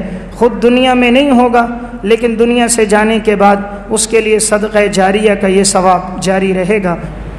29ویں نمبر پر ہے اپنے آپ کو جھگڑے سے بچایا جائے۔ حدیث میں آتا ہے رسول اللہ صلی اللہ علیہ وسلم نے ارشاد فرمایا ابغض الرجال الی اللہ الد الخصب، تمام لوگوں میں اللہ کے ہاں مبغوض ترین انسان وہ ہے جو جھگڑالو انسان ہو، یعنی جھگڑا کرنا اللہ تعالیٰ کو نہایت پسندیدہ ہے۔ کہ آپ صلی اللہ علیہ وسلم نے فرمایا کہ اللہ کے ہاں مبغوض ترین انسان، یعنی جس انسان سے اللہ محبت نہیں فرماتے، یہ وہ آدمی ہے جو جھگڑا کرنے والا ہے۔ اس لیے انسان کوشش کرے خاص طور پر ان ایام کو عبادت میں گزارے، اپنے آپ کو کسی کے ساتھ الجھنے سے بچتا رہے۔ صحیح بخاری کی روایت ہے کہ آپ صلی اللہ علیہ وسلم کو لیلۃ القدر کا علم دیا گیا تھا، لیکن جب آپ مسجد بتانے کے لیے آ رہے تھے، راستے میں دو صحابہ کرام آپس میں الجھ گئے تھے۔ ان کے الجھنے کی وجہ سے اللہ تعالیٰ نے اس رات کا علم آپ سے اٹھا دیا۔ آپ صلی اللہ علیہ وسلم نے فرمایا، خرجت لأخبرکم بلیلۃ القدر فتلاها فلان و فلان فرفعت، فلاں فلاں جھگڑ رہے تھے تو اللہ نے اس رات کی تعیین کا علم اٹھا دیا، عسیٰ ان یکون خیرا لکم، شاید اس میں تمہارے لیے بہتری ہو۔ تو اس سے معلوم ہوتا ہے جھگڑنا اللہ کے ہاں پسندیدہ عمل نہیں ہے۔ حضرات سلف اس بات کا بڑا اہتمام کرتے تھے، اگر انہیں کسی سے تکلیف بھی پہنچتی تو اسے معاف کر دیتے۔ حضرت معروف کرخی رحمۃ اللہ علیہ بڑے اللہ والے بزرگ ہیں۔ ایک دفعہ کشتی میں سفر کر رہے تھے، دوران سفر پیچھے سے ایک اور کشتی آئی، اس کشتی میں چند اوباش لڑکے تھے۔ جب وہ ان کی کشتی کے قریب پہنچے تو وہ گانا گانے لگے، مختلف تانے کسنے لگے، مختلف جملے کہنے لگے۔ تو کسی نے حضرت سے کہا کہ آپ ان کے لیے بد دعا کر دیں کہ ان کو آپ کا احترام نہیں، آپ کے ادب کا خیال نہیں کہ یہ آپ کی بے ادبی کر رہے ہیں۔ حضرت نے ہاتھ اٹھائے اور اس موقع پر یہ دعا کر دی کہ اے اللہ، جس طرح تو نے انہیں دنیا کی خوشیاں عطا کی ہیں، اے اللہ انہیں آخرت کی خوشیاں بھی عطا کر دیں۔ جس طرح دنیا کی خوشیاں عطا کی ہیں، آخرت کی خوشیاں بھی عطا کر دے۔ گویا مطلب یہ تھا کہ یا اللہ تو انہیں ہدایت دے دے، آخرت کی خوشیاں تو ان کے لیے ہیں جن کے لیے ہدایت ہے۔ یعنی یہ وہ لوگ تھے جو جھگڑنا پسند نہیں کرتے تھے، کسی سے الجھنا ان کی زندگی کا معمول نہیں تھا، بلکہ عفو و درگزر کے مطابق زندگی گزارتے تھے۔ ایک نہایت بزرگ آدمی سفر کر رہے تھے تو انہوں نے نیا نیا اپنا حلق کروایا تھا، کشتی میں سفر تھا۔ تو اب بچوں نے جو دیکھا کہ حلق کروایا ہوا ہے تو ایک بچہ آیا، اس نے ان کے سر پہ ہاتھ پھیرا، اس نے دوسرے سے کہا، دوسرا بچہ آیا، اس نے سر پہ ہاتھ پھیرا۔ اتنے میں جو اوباش تھے وہ بھی آ گئے، ایک آتا اور ان کے سر پہ مارتا، دوسرا مارتا۔ جو ان کے معتقد تھے انہوں نے اس موقع پر کہا، حضرت ان میں شرم و حیا کوئی نہیں، آپ کا خیال نہیں رکھتے، آپ ان کے لیے بد دعا کیوں نہیں کر دیتے؟ آپ کے سر پر جو آ رہا ہے مار رہا ہے۔ حضرت نے نگاہ اٹھائی اور فرمانے لگے کہ بھائی یہ سر تو مستحق تھا، اس پر آسمان سے انگارے اترتے، پتھر برستے، لیکن اللہ کا فضل ہے پتھر نہیں برستے، بچے آ کے تھپڑ مار کے چلے جاتے، ورنہ مستحق تو تھے کہ ہم پر آسمان سے انگارے اتر جاتے۔ یہ وہ لوگ تھے جو شر کے پہلو میں بھی خیر کا راستہ تلاش کر لیتے تھے۔ حضرت محمد بن واسع رحمۃ اللہ علیہ راستے میں جا رہے تھے تو ان کے ہاتھ پر ایک پھوڑا نکلا ہوا تھا، اس پھوڑے سے خون بھی بہہ رہا تھا، پیپ بھی رس رہی تھی۔ تو کسی نے کہا آپ بڑی تکلیف میں ہیں، بڑی پریشانی کی حالت میں ہیں، مختلف آپ کے زخم سے مسلسل خون بہہ رہا ہے۔ تو انہوں نے فرمایا نہیں، اللہ کا فضل ہے، ہر حال میں اللہ کا شکر کرنا چاہیے۔ اللہ کا شکر ہے کہ یہی پھوڑا کہیں میرے عضو و تناسل پہ نہیں نکلا، میری شرمگاہ پہ نہیں نکلا، میری زبان پہ نہیں نکلا، میری آنکھ پہ نہیں نکلا، اللہ کا فضل ہے، ہاتھ پہ نکلا ہے۔ دیگر جتنے کام ہیں الحمدللہ وہ بھی ہو رہے ہیں، اس پر بھی اللہ اجر و ثواب عطا کرے گا۔ یعنی دیکھیں تکلیف کی حالت ہے، پریشانی کی حالت ہے، لیکن وہاں بھی ان لوگوں نے اپنے لیے خیر کا پہلو نکالا ہے، گلے شکوے نہیں ہیں، بلکہ اللہ سے وہاں بھی شکر کا پہلو ہے کہ یا اللہ تیرا شکر ہے، اگر یہی پھوڑا نکل جاتا شرمگاہ پر، اٹھنا بیٹھنا بولو براز کرنا مشکل ہو جاتا، لیکن ہاتھ پر ہے، چلو کسی طبیب کو دکھا تو سکتا ہوں۔ تو میں بات عرض کر رہا تھا، شریعت میں جو مطلوب ہے وہ عفو درگزر ہے، الجھنا، اس سے انسان اپنے آپ کو بچائے۔ حضرات سلف کی زندگی کا یہی معمول تھا، ان لوگوں نے معافی کو اپنے زندگی میں لایا تھا، چاہے انہیں کسی سے کتنی تکلیف کیوں نہ ہو۔ بایزید بستامی بڑے اللہ والے بزرگ راستے میں گزرتے ہوئے جا رہے تھے تو کسی خاتون نے گھر سے کچرا پھینک دیا، بایزید کے کپڑوں پہ وہ کچرا گر گیا۔ بایزید کے ساتھ ان کے چند معتقد تھے، چند شاگرد تھے، تو اتنے میں ایک نہایت غصے میں اس گھر کی طرف بڑھنے لگا۔ حضرت نے فرمایا بھائی کہاں جا رہے؟ کہا حضرت نے شرم و حیا نہیں، کچرا پھینکنا بھی تھا تو دیکھ کر پھینکتے، انہوں نے پھینکا آپ کے کپڑوں پہ لگ گیا۔ حضرت مسکرا کر فرمانے لگ گئے کہ بھائی دیکھو چلو کچرا لگا ہے، اگر آسمان سے پتھر برس جاتے ہم پر تو ہم تو اس لائق تھے، لیکن اللہ کا فضل ہے پتھر کی جگہ کچرا آیا۔ یعنی اپنے ساتھی کا ذہن بنا دیا، عفو کی طرف اسے لے کر چلے گئے۔ تو بہرحال انسان کوشش کرے جھگڑے سے اپنے آپ کو بچائے۔ اللہ تعالیٰ کو معاف کرنے والا انسان، عفو درگزر کرنے والا انسان پسند ہے۔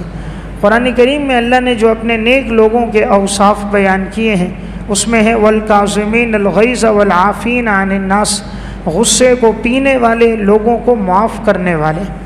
جتنے غلط فیصلے انسان سے ہوتے ہیں وہ غصے کی حالت میں ہوتے ہیں۔ انسان ہر اس فیصلے پر پچھتاتا ہے جو غصے میں کرتا ہے، ہر اس فیصلے پر اسے ندامت ہوتی ہے جو اس نے غصے میں کیا ہوتا ہے۔ اسی لیے آپ صلی اللہ علیہ وسلم نے ارشاد فرمایا کہ تم میں سب سے پہلوان آدمی وہ ہے کہ جو غصے کی حالت میں اپنے آپ کو قابو میں رکھے۔ لیس الشدید بالسرعہ انما الشدید الذی یملک نفسہ عند الغضب، تم میں سے پہلوان وہ نہیں جو مقابلے میں دوسرے کو بچھاڑ دے، پہلوان وہ ہے جو غصے میں اپنے آپ کو قابو میں رکھے۔ آپ صلی اللہ علیہ وسلم بیٹھے ہیں، ایک صحابی آئے کہا یا رسول اللہ اوصینی، مجھے مختصر نصیحت کیجیے۔ آپ صلی اللہ علیہ وسلم نے فرمایا لا تغضب، کسی پہ غصہ مت ہونا۔ اس نے پھر کہا یا رسول اللہ مجھے کوئی نصیحت فرمائی۔ آپ نے فرمایا لا تغضب، کسی پہ غصہ نہ ہونا۔ اس نے تیسری مرتبہ کہا، آپ نے پھر فرمایا لا تغضب، کسی پہ غصہ نہ ہونا۔ اس سے اندازہ کیا جا سکتا ہے کہ آپ صلی اللہ علیہ وسلم نے اس بات کو کتنی اہمیت کے ساتھ 3 مرتبہ بیان فرمایا۔ اس لیے عموماً انسان غصے میں وہ فیصلے کر دیتا ہے کہ زندگی بھر پچھتاتا رہتا ہے۔ عموماً دیکھنے میں آیا کوئی غصے میں اپنی اہلیہ کو طلاق دے دیتا ہے اور بعد میں جب تھوڑی دیر بعد ہوش آتا ہے ساری زندگی پچھتاوا ہوتا ہے۔ اب بچوں کو دیکھتا ہے تو ان کو سنبھالنے والا، ان کی تربیت کرنے والا کوئی نہیں، تو زندگی بھر پھر یا تو انسان گناہ میں گزار دیتا ہے یا ندامت میں گزرتی ہے۔ وجہ کیا بنی کہ اس نے غصے میں غلط فیصلہ کر دیا۔ اس لیے شریعت میں محبوب یہ ہے انسان غصے کی حالت میں کوئی فیصلہ نہ کرے۔ 2 وقت انسان کی عقل کام نہیں کرتی، نمبر 1 شہوت کے وقت، نمبر 2 غصے کے وقت۔ ان 2 وقتوں میں انسان عموماً غلط کام کر جاتا ہے، غلط فیصلے کر جاتا ہے جس پہ اسے ندامت اور پچھتاوا ہوتا ہے، شہوت میں اور غضب میں۔ اس لیے حضرات سلف کی زندگی کا یہ معمول رہا ہے کہ وہ اپنے آپ کو غصے میں بڑا کنٹرول میں رکھتے تھے۔ انسان غصے میں کسی کو سزا نہ دے۔ کسی بچے کو اگر سزا دینی ہے، بیٹے کو دینی ہے تو مصنوعی غصے میں دے، فطرتی غصے میں نہ دے۔ فطرتی غصے میں انسان اعتدال پہ نہیں ہوتا، اور جب اپنے اوپر ویسے غصہ لا کر سزا دے گا تو وہ اعتدال میں ہوگا، بچے کو زیادہ نقصان نہیں دے گا۔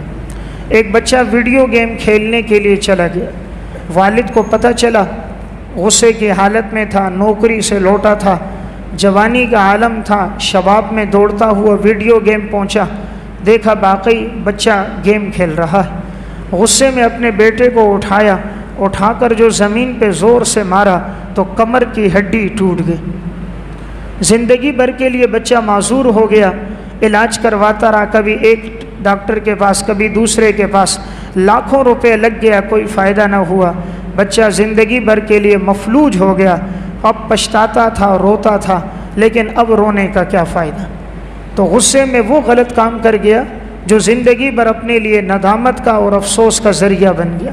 اس لیے انسان اپنے آپ کو اعتدال پہ رکھے، عفو و درگزر کی زندگی اختیار کرے، کسی سے کوئی بات اونچ نیچ بھی ہو گئی ہو اللہ کی رضا کے لیے اسے معاف کرے۔ نمبر 30، طاق راتوں میں مسنون دعا پڑھنے کا اہتمام کریں۔ ام المومنین حضرت عائشہ رضی اللہ تعالیٰ عنہ نے آپ صلی اللہ علیہ وسلم سے پوچھا یا رسول اللہ اگر مجھے طاق رات مل جائے تو میں اس میں کون سی دعا پڑھا کروں؟ آپ صلی اللہ علیہ وسلم نے فرمایا اللہم انک عفو تحب العفو فاعف عنی، تم یہ دعا پڑھا کرو کہ اے اللہ تو بہت زیادہ معافی کو پسند کرتا ہے، تو معاف فرما مجھے اور میرے گناہوں کو معاف فرما۔ تو اللہ تعالیٰ کو یہ دعا بڑی پسند ہے۔ تو آج کی رات بھی 27 کی رات طاق رات ہے، اس کے بعد ایک اور رات بھی طاق رات بچی ہے، تو انسان اس میں زیادہ سے زیادہ یہ دعا پڑھے کہ اے اللہ تو عفو و درگزر کو پسند کرتا ہے، تو میرے بھی گناہوں کو معاف فرما۔ امام ابن قدامہ رحمۃ اللہ علیہ نے التوابین میں ایک واقعہ لکھا کہ ایک شخص شراب کے نشے میں تھا۔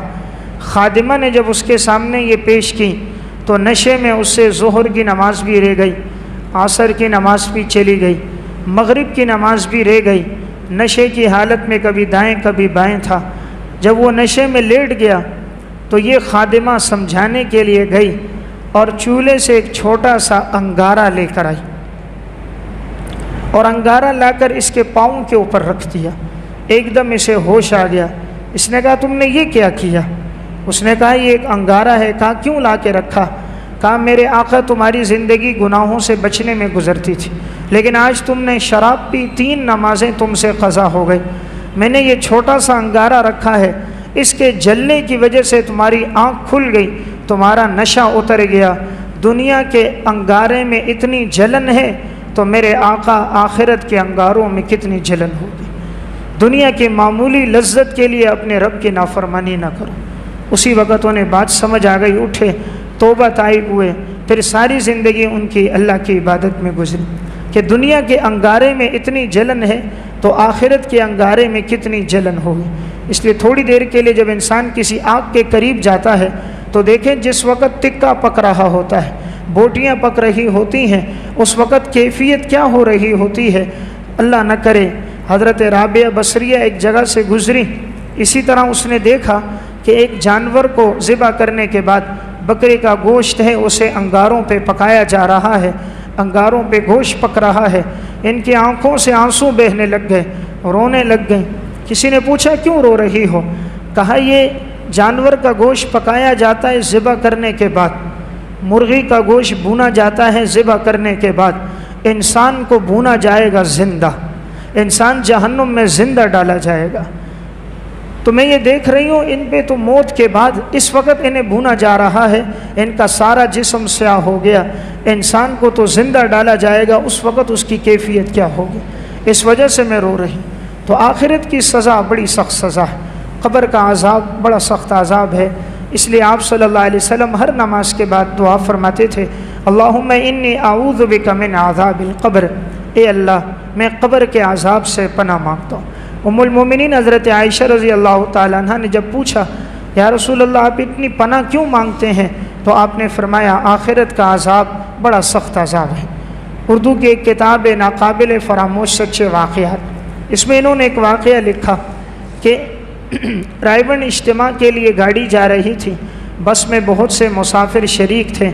راستے میں چلتے ہوئے ایک جگہ پر ایک شخص نے ہاتھ دیا، یعنی مقصد تھا مجھے بھی اپنے ساتھ بٹھا دو، اس نے کہیں آگے اترنا تھا۔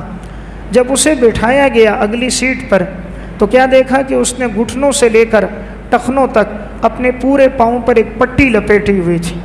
جیسے ہی وہ بس کے اندر آیا تو اس کے زخم سے ایک بدبو آنا شروع ہو گئی، تعفن بہت زیادہ تھا، تو کسی کے لیے اس کے قریب جانا بڑا مشکل ہو رہا تھا۔ اتنے میں اس نے اپنی پٹی کھولی تو جب زخم دیکھا گیا تو صرف ہڈیاں تھی، گوشت نہیں تھا، اور زخم سے تعفن بہت زیادہ تھا۔ کسی نے پوچھ لیا کہ یہ زخم آپ کو کیسے لگ گیا کہ اتنا تعفن ہے؟ یہ شخص اپنے ساتھ ہمیشہ خوشبو اسپرے کی بوتلیں رکھتا تھا، جہاں کہیں جاتا پٹی باندھنے سے پہلے پوری ٹانگ پہ اسپرے کرتا، پھر وہ کپڑا لپیٹ دیتا، لیکن تعفن ختم نہیں ہوتا تھا۔ کسی نے پوچھ لیا کہ حضرت یہ بیماری آپ کو کیسے لگ گئی، یہ زخم کیسے ہوا؟ اس نے واقعہ سنایا۔ کہا جس وقت 1965 کی جنگ آزادی تھی تو یہ پاکستانی فوج میں تھے، تو کہا میری ڈیوٹی ایک قبرستان میں لگی ہوئی تھی، تو میرے ہاتھ میں ایک ہاتھ میں ٹارچ تھی، ایک ہاتھ میں میرے پاس رائفل تھی، تو وہاں پر اس لیے تھی کہ جہاں کہیں اگر کوئی ایسی بات سامنے آئے تو جنگل اندھیرا ہوتا تو روشنی مارتا، جہاں ضرورت سمجھتا تو میں فائر کرتا۔ کہتے قبرستان میں میری ڈیوٹی تھی تو میں نے اچانک کسی کے رونے اور چلانے کی آواز سنی، مجھے بہت زیادہ رحم اور ترس آیا، تو میں نے سوچا یہ کہاں سے آواز آ رہی ہے، تو میں نے روشنی ماری، اس روشنی میں چلتا گیا، آگے بڑھتا گیا، جس سمت سے آواز آ رہی تھی وہاں جا رہا تھا۔ چلتے چلتے جو میں نے دیکھا تو ایک قبر اوپر سے ٹوٹی ہوئی تھی، مجھے محسوس ہوا یہاں سے آواز آ رہی۔ کہہ رہے میں نے ٹارچ کی روشنی اندر ماری، اندر کیا دیکھا کہ ایک جسم ہے اور ہڈیاں پڑی ہیں اور ایک بچھو ہے۔ جس وقت وہ ایک ہڈی پر یوں ڈستا تھا تو وہ ہڈی اوپر تک ہوتی پھر نیچے گرتی اور اس سے ایک چیخنے چلانے کی آواز آتی تھی۔ کہتے میں نے یہ منظر دیکھا تو مجھے بڑا رحم آیا کہ یہ انسان تو بڑے عذاب میں ہے، تو میں نے کہا کیوں نہ اس بچھو کو مار دوں تاکہ اس کی تکلیف ختم ہو جائے۔ کہتے میں نے رائفل سے گولی مارنے لگی، میں گولی مارتا اسے گولی لگتی نہیں، کبھی دائیں طرف لگتی کبھی بائیں طرف، اسے نہ لگتی۔ تو میں نے رائفل کے پچھلے حصے سے اسے مارنے لگا، جیسے مارنے لگا وہ بچھو ایک دم اچھلا میرے پیچھے بھاگا۔ اب میں آگے آگے وہ پیچھے پیچھے، میں بھاگتے بھاگتے آگے بڑھا، کوئی جگہ مجھے نہیں ملی، جہاں جاتا وہ بچھو پیچھے سے آ جاتا۔ تو ایک پانی کا تالاب مجھے نظر آیا، تو میں تالاب میں نے پاؤں رکھا، جیسے پاؤں رکھا اس بچھو نے پانی میں ڈسا، جیسے ڈسا تو وہ پانی ابلنے لگ گیا، تو ابلنے کی وجہ سے میرا یہ سارا گوشت نیچے گر گیا، میرا یہ سارا گوشت پاؤں کا نیچے گر گیا۔ صرف اس نے پانی میں ایک اپنا ڈنگ مارا ہے، اس کے ایک ڈسنے سے پانی ایسا ابلا کہ میرے پاؤں کا سارا گوشت اس میں، بچھو واپس قبر کی طرف چلا گیا۔ تو یہ شخص کہنے لگا، وہ شخص عذاب قبر میں مبتلا تھا، اس بچھو کے پانی میں ڈسنے سے پانی اتنا گرم ہو گیا کہ میرا گوشت گر گیا، وہ انسان کتنے سخت عذاب میں مبتلا ہوگا۔ تو پھر یہ کہتا ہے میں نے علاج کے لیے ہر ڈاکٹر ہر طبیب کے پاس گیا، لیکن میرا یہ زخم ٹھیک نہیں ہوتا، ہر وقت خون اور پیپ ہے اور ایک تعفن ہے۔ تو اس لیے قبر کا عذاب بڑا سخت عذاب ہے۔ انسان ایسے اعمال کر کے جائے کہ اس کی قبر جنت کا باغ بن جائے۔ دیکھیں قبر میں انگارے نہیں ہیں، انگارے انسان خود ساتھ لے کر جاتا ہے۔ قبر میں سانپ بچھو نہیں ہے، انسان اپنے اعمال خود سانپ اور بچھو کے بنا کر اپنے ساتھ لے کر جاتا ہے۔ جیسے وہ اعمال لے کر گیا ہے ویسے اعمال کا بدلہ اسے مل رہا ہوتا ہے۔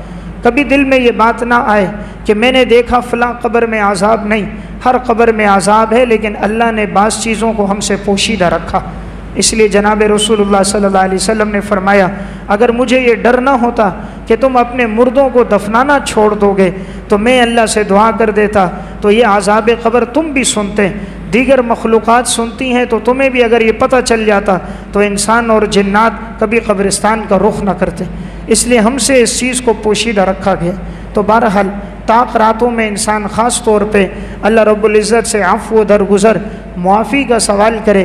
اللہ بڑے غفور و رحیم ہے، انسان جب بھی ندامت کا آنسو بہاتا ہے اللہ تعالیٰ اس کے سارے گناہوں کو معاف فرما دیتے ہیں۔ نمبر 31، اپنے آپ کو فحش اور بیہودہ گفتگو سے بچایا جائے۔ آپ صلی اللہ علیہ وسلم نے خاص طور پہ روزے کی حالت میں انسان کو یہ حکم دیا ہے اگر اس سے کوئی الجھے، اسے کوئی گالی دے، برا بھلا کہے، تب بھی وہ آگے سے جواب نہ دے۔ آپ نے فرمایا وَإِذَا كَانَ يَوْمُ صَوْمِ أَحَدِكُمْ، اگر تم میں سے کسی کا روزہ ہو فَلَا يَرْفُثْ، فحش گفتگو نہ کرے، وَلَا يَسْخَبْ، بیہودہ کلام نہ کرے، فَإِنْ صَابَّهُ أَحَدٌ، اگر کوئی اسے برا بھلا کہے، أَوْ قَاتَلَهُ، کوئی اس سے لڑنے لگ جائے، فَلْيَقُلْ إِنِّي امْرُؤٌ صَائِمٌ، وہ فوراً کہہ دے میں روزے کی حالت میں ہوں، میں تمہیں جواب نہیں دے سکتا۔ اس لیے روزے کی حالت میں فحش باتوں سے، فحش گفتگو سے، فحش پروگرامات دیکھنے سے انسان اپنے آپ کو بچائے۔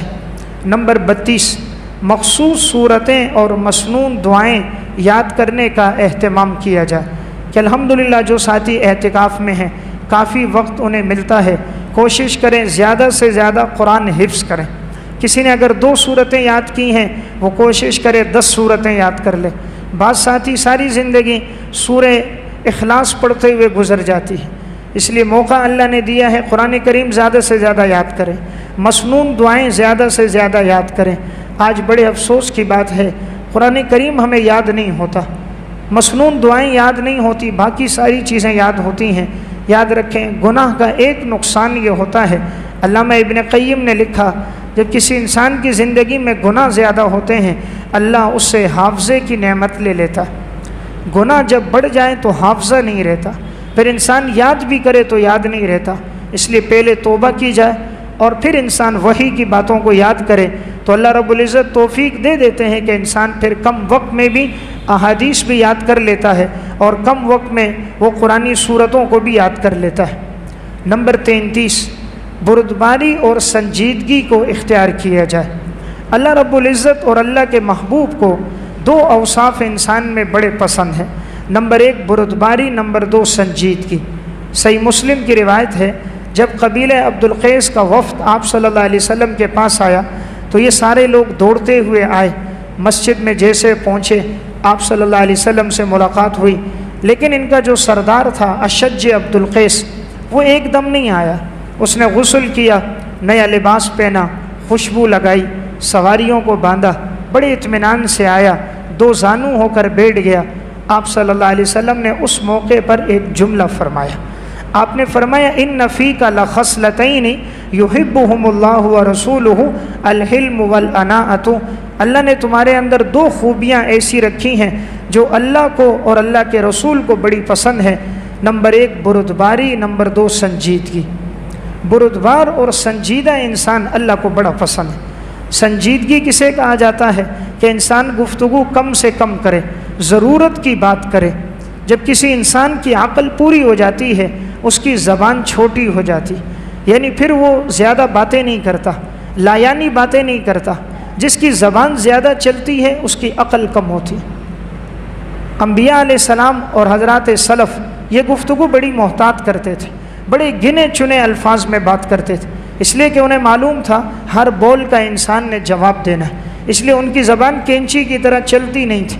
ہمارے ہاں تو 2 ساتھی کھڑے ہیں، 3 ساتھی ہیں، تینوں بات کر رہے ہوتے ہیں، کوئی دوسرے کی بات سننا گوارا نہیں کرتا، ایک بھی بول رہا ہے، دوسرا بھی بول رہا ہے، تیسرا بھی، اتنا بھی برداشت نہیں کہ تھوڑی دیر صبر کریں، اس کی بات ختم ہو تو میں شروع کروں۔ یعنی انسان کی زبان آج بڑی چل رہی ہے، اور عموماً تمام برائیوں کی جڑ انسان کی زبان ہے۔ آپ صلی اللہ علیہ وسلم نے مختلف لوگوں کو مختلف عذاب میں دیکھا، آپ نے فرمایا کہ یہ زبان ہی ہے جو انسان کو جہنم میں لے کر جائے گی، اس لیے اپنے حضرت معاذ ابن جبل سے خاص طور پہ آپ نے اپنی زبان باہر نکال کر فرمایا اس کی حفاظت کرو۔ حدیث میں آتا ہے من کان یؤمن باللہ والیوم الآخر فلیقل خیرا او لیسکت، جو اللہ اور آخرت پر ایمان رکھے اچھی بات کہے یا خاموش رہے، اچھی بات کہے یا خاموش رہے۔ حضرت سلیمان علیہ السلام کا ایک قول ہے، فرمایا کرتے تھے کہ اگر بات کرنا چاندی کی طرح ہے تو خاموش رہنا سونے کی طرح ہے، اور سونا چاندی سے بہتر ہے۔ بات کرنا اگر چاندی کی طرح ہے تو خاموش رہنا سونے کی طرح ہے، اور سونا چاندی سے بہتر ہے۔ خاموش رہنے والے کو کبھی ندامت نہیں اٹھانی پڑتی، اور بات کرنے والے کو لغزشیں اور ندامتیں زیادہ اٹھانی پڑتی۔ اس لیے تلوار کا زخم تو ٹھیک ہو جاتا ہے، لیکن زبان سے لگا ہوا زخم کبھی ٹھیک نہیں ہوتا۔ زبان سے کسی کو گالم گلوچ دی، برا بلا کہا، ساری زندگی وہ زخم تر رہتا ہے، اس نے فلاں موقع پر مجھے یہ کہا تھا۔ تو انسان اپنی زندگی میں سنجیدگی اور بردباری کو لے کر آئے۔ میں ایک واقعہ سنا کے بات ختم کرتا ہوں۔ حضرت لقمان بڑے اللہ والے انسان ہیں، اللہ رب العزت نے قرآن کریم میں ان کا تذکرہ فرمایا۔ قرآن کی ایک سورت ان کے نام پر ہے۔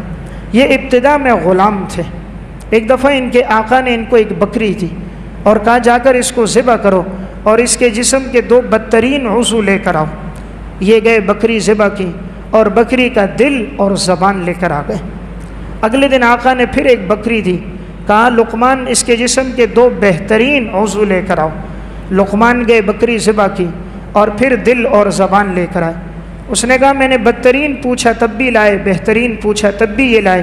حضرت لقمان نے فرمایا اگر زبان اور دل ٹھیک ہو جائیں تو اس سے بہترین عضو انسان کے جسم میں کوئی نہیں، اور یہ دونوں اگر بگڑ جائیں تو اس سے بدترین عضو بھی انسان کے جسم میں کوئی نہیں۔ اس لیے حضرات سلف نے محنت دلوں پر کی تھی۔ یہ دل کا خالق اللہ ہے، دل کو اللہ نے پیدا کیا ہے، اس لیے دل کی یاد اور سکون بھی اللہ کی یاد میں۔ انسان جتنا اللہ کی یاد سے جڑا رہتا ہے اسے اتنا اطمینان اور سکون مل رہا ہوتا ہے، اور جتنا اس سے ہٹ جاتا ہے اتنا وہ بے چین اور بے قرار رہتا ہے۔ اس لیے زبان پر ہمیشہ اللہ کا تذکرہ ہو، شکر کے کلمات ہوں، نہ ہو تو انسان خاموش رہے۔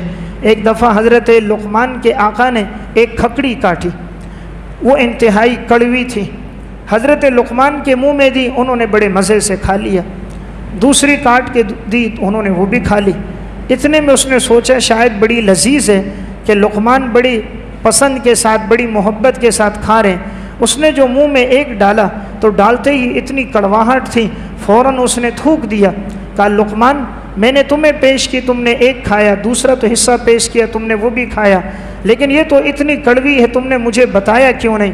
کہا آقا کے ہاتھوں سے ہمیشہ اچھی غذائیں ملتی رہیں، میٹھی چیزیں ملتی رہیں، آج زندگی میں ایک دفعہ اگر کھکڑی ایک کڑوی میرے منہ میں ڈال دی تو میری غیرت نے برداشت نہ کیا کہ میں اس کو تھوک دوں۔ تو اللہ کے احسانات بھی انسان پر بڑھیں۔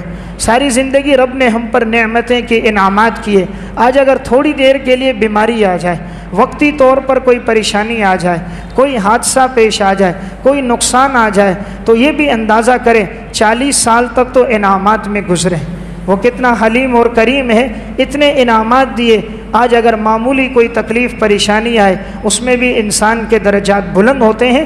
تو انسان اللہ کا شکر کرے، زبان کو اللہ کے ذکر